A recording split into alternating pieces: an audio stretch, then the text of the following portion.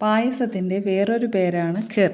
ഇന്നൊരു കടലപ്പായസമായാലോ? 1/4 കിലോ കടലയ്ക്കായുള്ള കൂട്ടാണ് പറയുന്നത്. വേവിച്ച കടല, 50 ഗ്രാം നെയ്യ്, 1/2 കിലോ ശർക്കര ഉരുക്കി അരിച്ചെടുത്തത്, ചവ്വരി 200 ഗ്രാം കുറച്ച് വെള്ളം ഒഴിച്ച് വേവിച്ചത്, 2 തേങ്ങയുടെ 2-ാം പാലും 1-ാം പാലും, കുറച്ച് ഏലക്ക, പിന്നെ അവസാനം നെയ്യിൽ വറുത്തിടാൻ കുറച്ച് അണ്ടിപ്പരിപ്പും മുന്തിരിയും. ഇനി പാചകത്തിലേക്ക് കടക്കാം. തീ കത്തിച്ച ശേഷം ഉരുളി അടുപ്പത്ത് വെച്ച് ചൂടാകുമ്പോൾ നെയ്യൊഴിച്ച് അതിലേക്ക് കടല ഒന്നിട്ട് നെയ്യുമായി കൂടിച്ചേർന്ന് വരുമ്പോൾ ശർക്കര ഒഴിച്ച് അതിനുശേഷം ചവ്വരിയുമായി ചേർത്ത് വരട്ടിയെടുക്കുക.